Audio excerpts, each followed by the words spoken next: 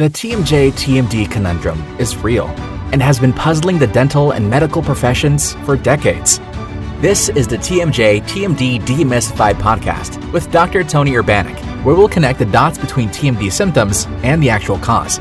We'll tackle common TMD misconceptions and educate you, the practitioner, about a simple, tested, and proven TMD solution that has already provided relief to thousands of patients, while helping practitioners build an additional source of income free from insurance control. Welcome to this episode of the TMJ-TMD Demystified podcast.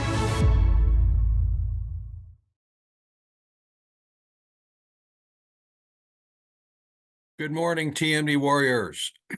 We are gathered here on another Tuesday morning for me at TMD Demystified, and I am Tony Urbanic.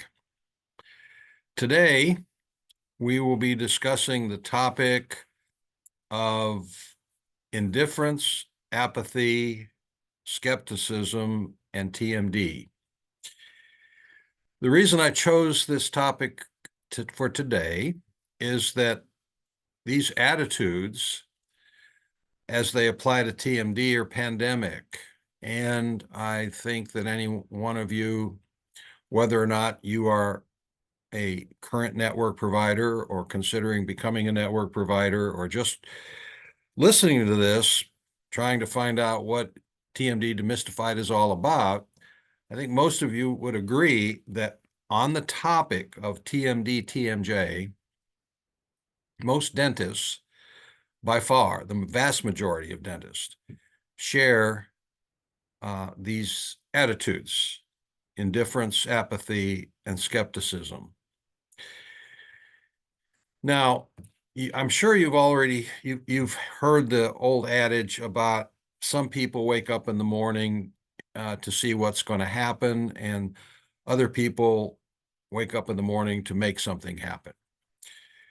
Well, I'm of the variety of the second type of person, and because of that, you have to be a good problem solver, because life is nothing more than a series of problems.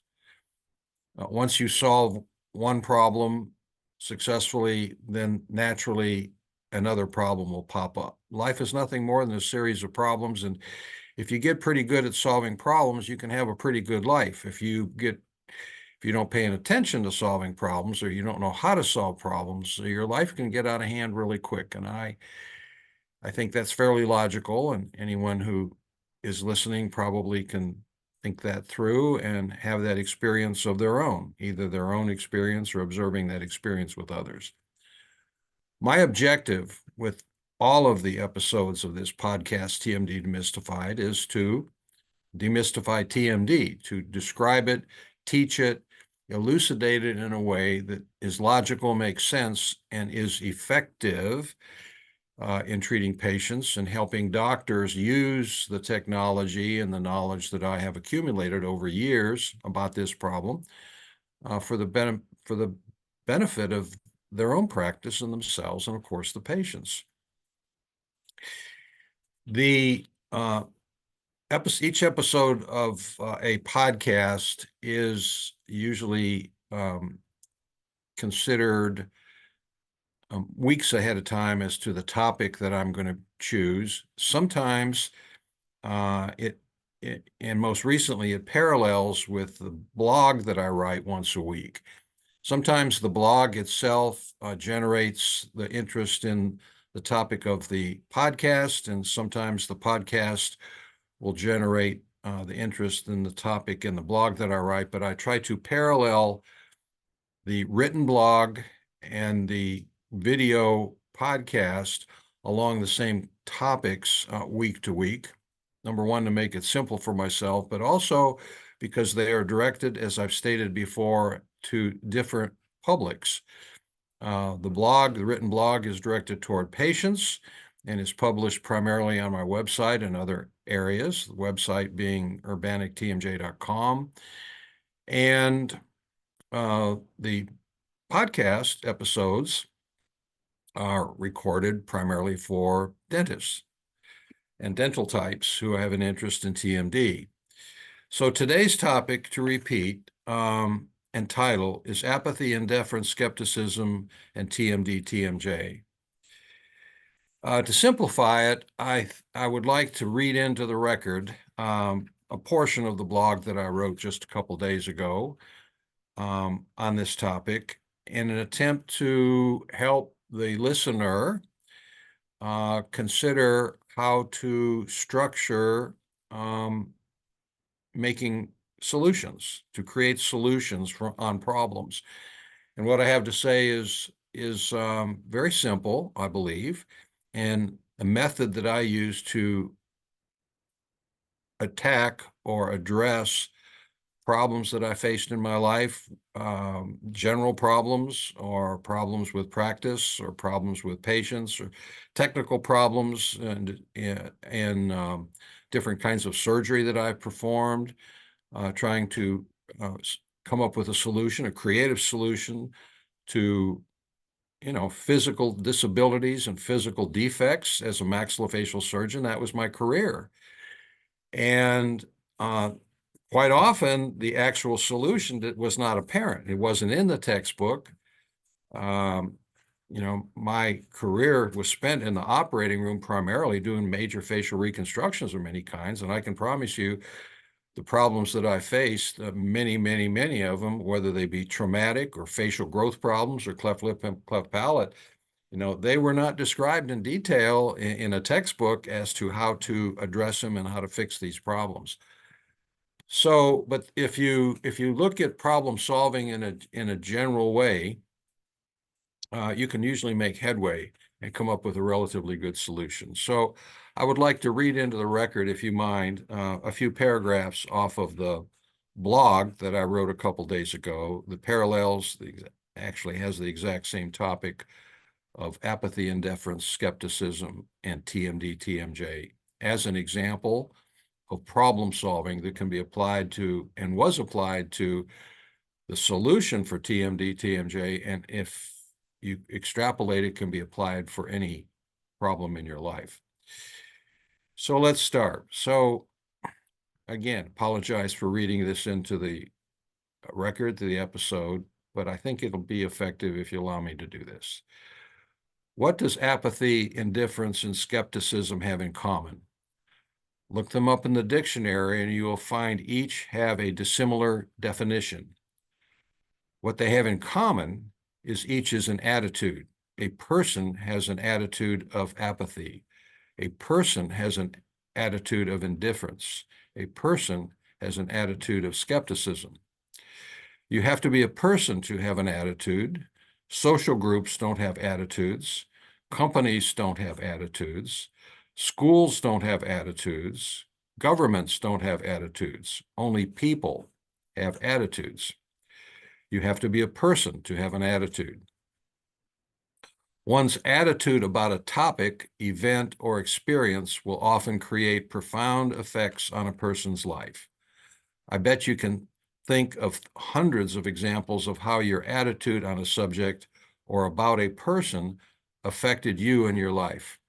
Think about that for a moment. Think about your attitude about your education, a school, a person, a patient, and how that attitude, whatever that attitude is, affected your relationship or how things turned out or ability to solve a problem. So take a moment to do this drill, and this is important. Think of a person or a topic and think about your attitude about that person or topic. Did your attitude about that person or topic draw you closer or push you away? Choose another person or topic and think about your attitude regarding it. Does your attitude draw you toward that item or does it push you away from the item or person?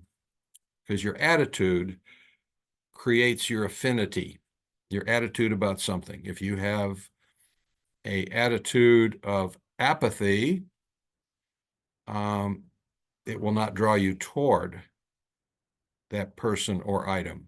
If you have an attitude of indifference, it will not draw you toward that item or person. If you have an attitude of skepticism, it will not draw you toward that person or item. The challenge is do that drill until it is real to you that your attitude has everything to do with your affinity for a person or thing.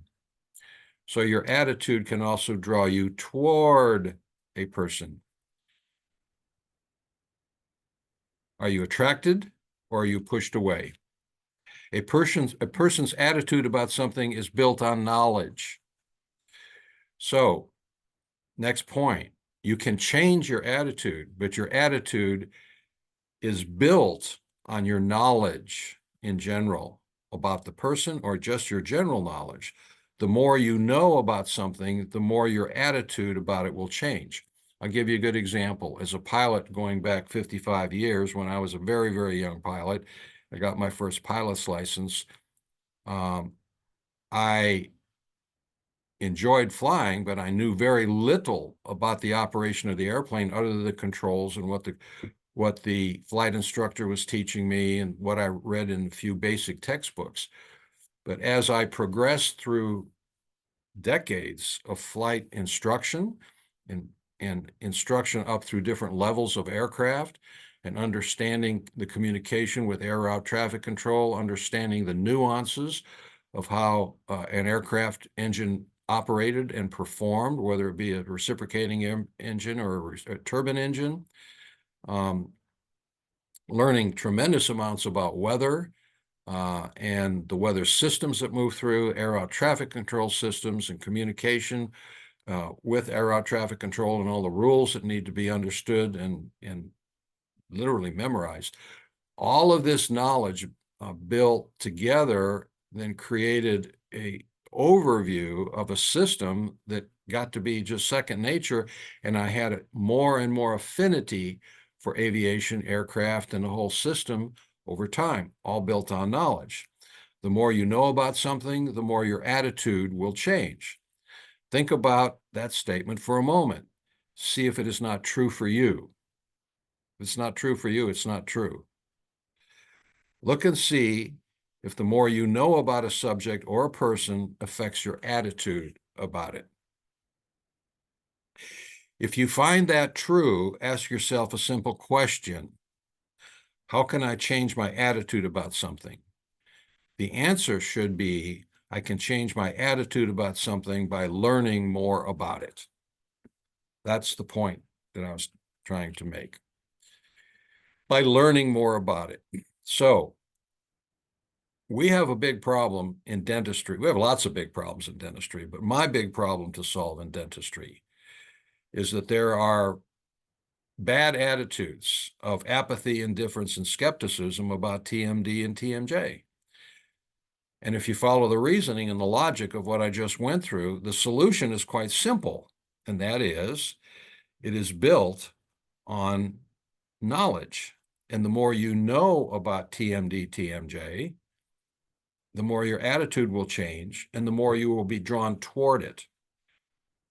Because right now, with the attitudes of apathy, indifference, and skepticism, the dental industry, dentists in general, the entire dental profession are pushed away from this problem, of which we now have a solution. But they're still pushed away because of their attitude about it, not because there isn't technical knowledge, not because it is not published on podcasts and blogs, because it is all absolutely published, all this information, which is nowhere near as complicated as aviation. It is quite simple. It is not rocket science how to understand the basic mechanics, pathophysiology, anatomy, and technical things you need to know about a device and protocol to make it fully understood. So the understanding about how to treat TMD now is quite simple, with very few facts that you have to memorize. Nowhere near as complicated as operating in the U.S. Aviation system with complicated aircraft.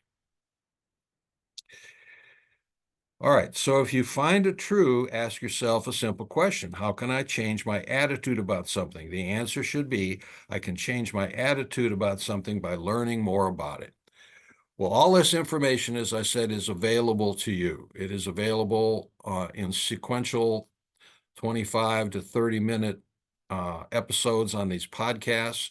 It is available on the published blogs that I write that are published on our website.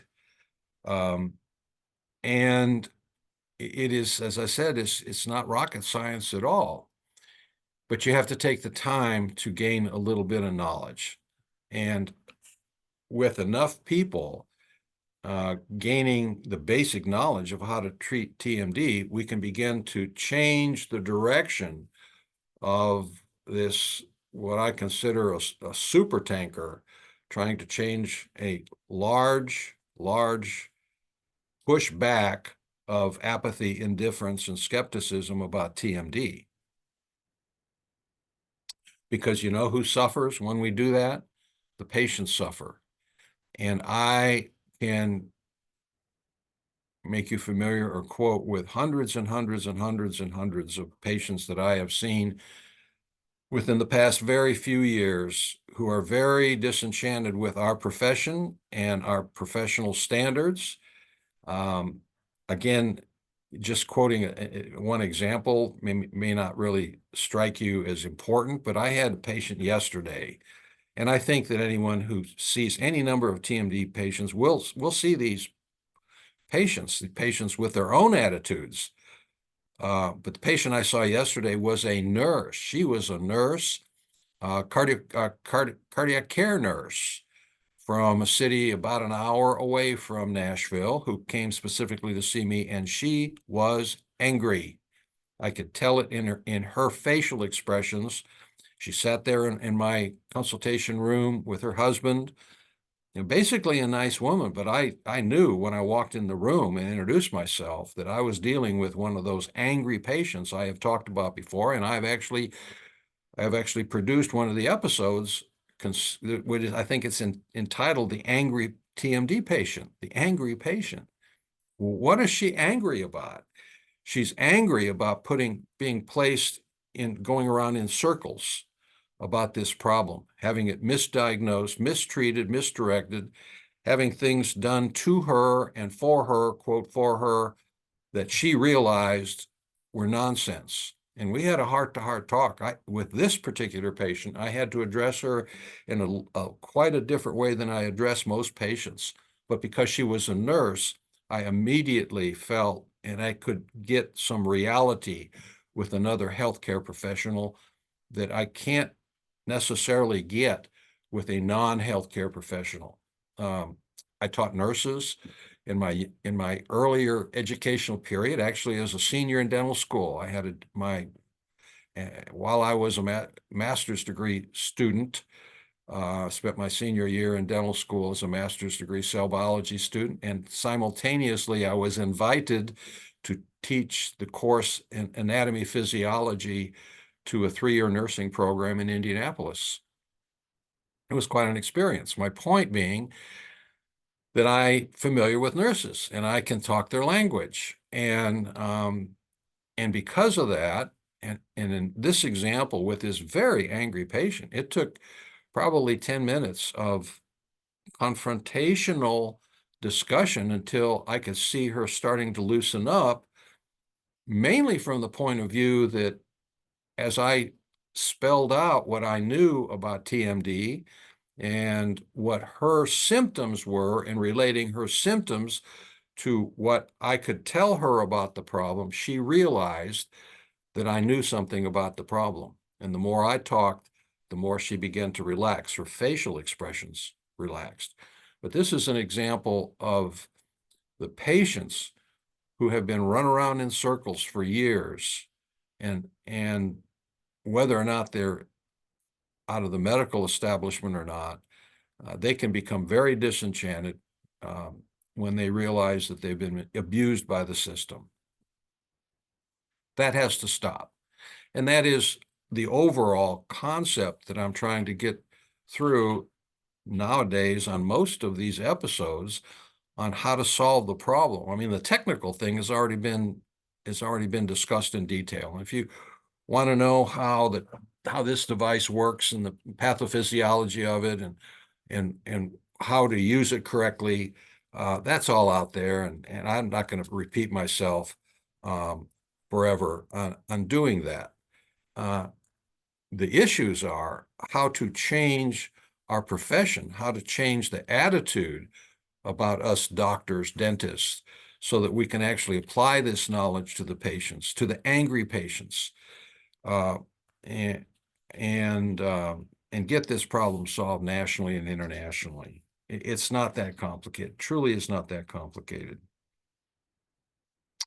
To carry the thought process just a little bit further, and the rest of my blog was directed to the specifics of how this problem-solving method was applied to problem solving the TMD dilemma. I mean, I have spoken before. I was asked to write an article in a dental journal considering how you solve problems. And basically, the basic concept of solving a problem is, first of all problems can be solved.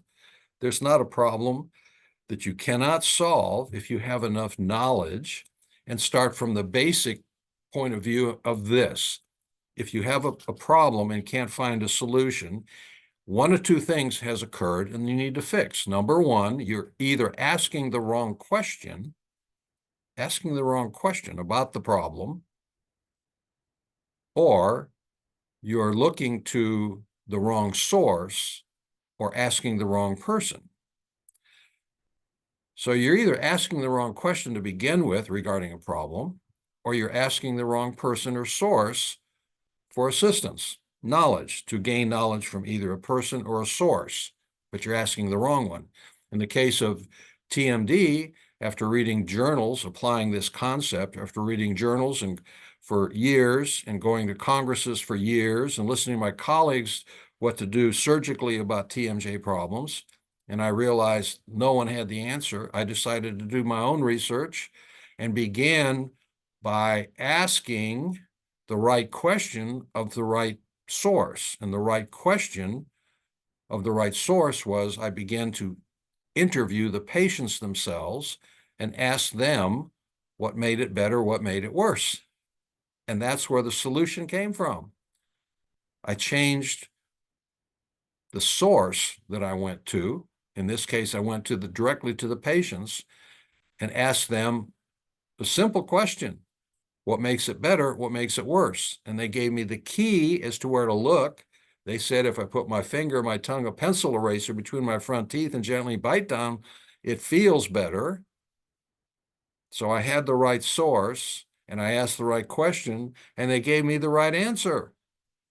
At which point then I investigated that, made a device that went between the front teeth that you could speak with 24/7, except when you eat.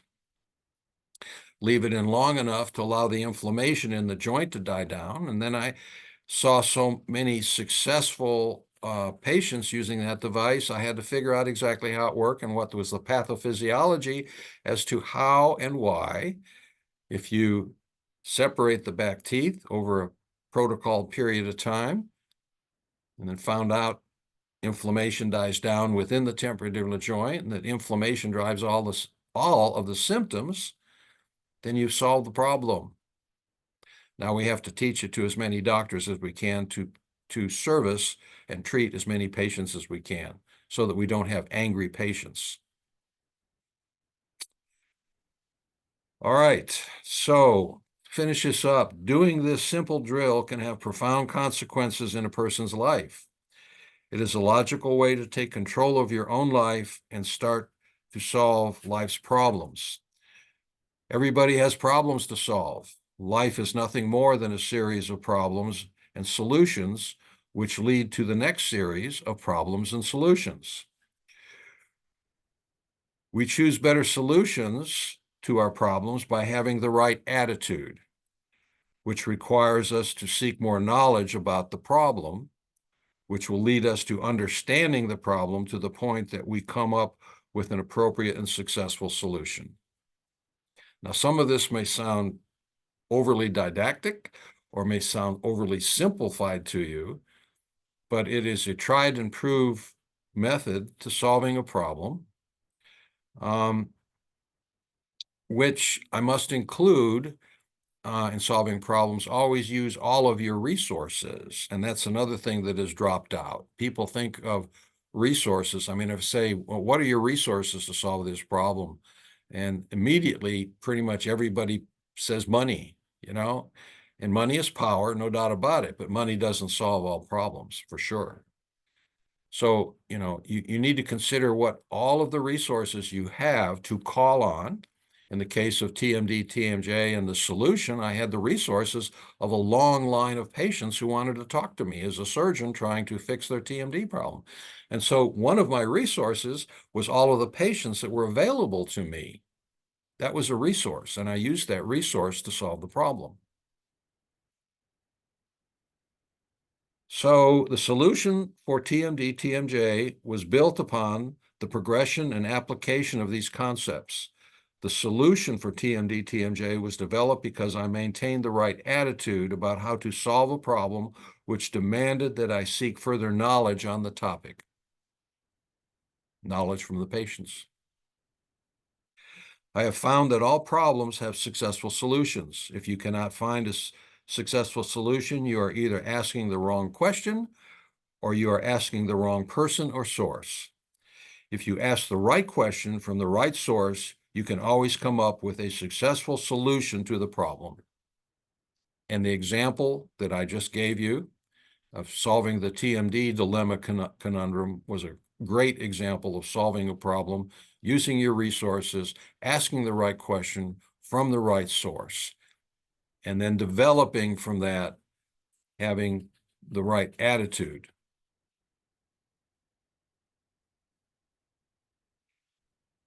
The TMD, TMJ conundrum dilemma was solved by using this method. Instead of seeking knowledge from the usual sources, colleagues, journals, textbooks, and lectures, I chose to start with the patients who gave me the key as what to do. I did that, it was successful. I did it 30 more times, and it was successful 30 times. Then I did the research necessary to find out why it was successful. The result is the Urbanic device and protocol. Dentists, professors, and researchers tried and could not find the solution for TMD, TMJ because they had the wrong attitude about the topic. They, as individuals, had the attitude of apathy, indifference, and skepticism.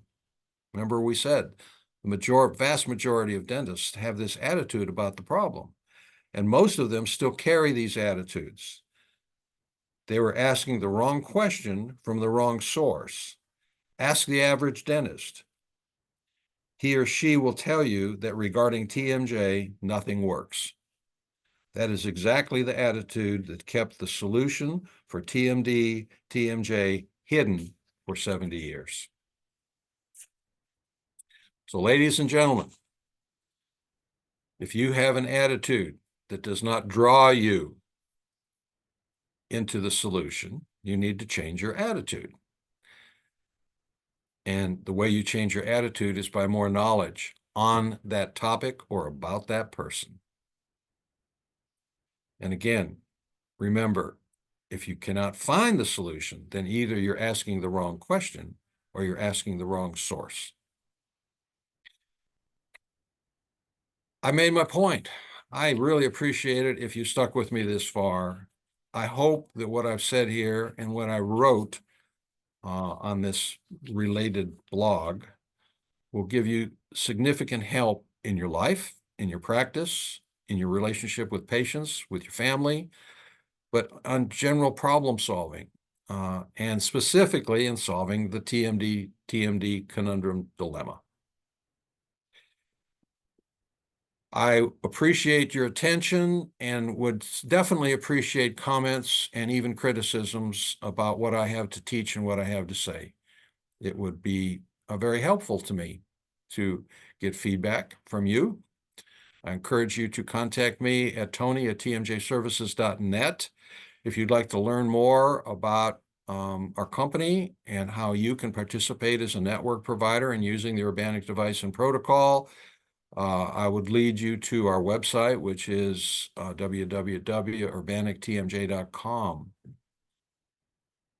We have a growing list of network providers throughout the United States, and we are starting to grow very rapidly now in many different ways. We manufacture the device ourselves and have control over the quality, and encourage others to participate in the solution for TMD TMJ. Until next time, next Tuesday, I will select another topic. Hopefully it will be as interesting or more interesting than how to solve problems in your life and how to address that specifically toward the solution for temporomandibular joint TMD TMJ problems. Until then, I am Tony Urbanic, and this is TMD Demystified.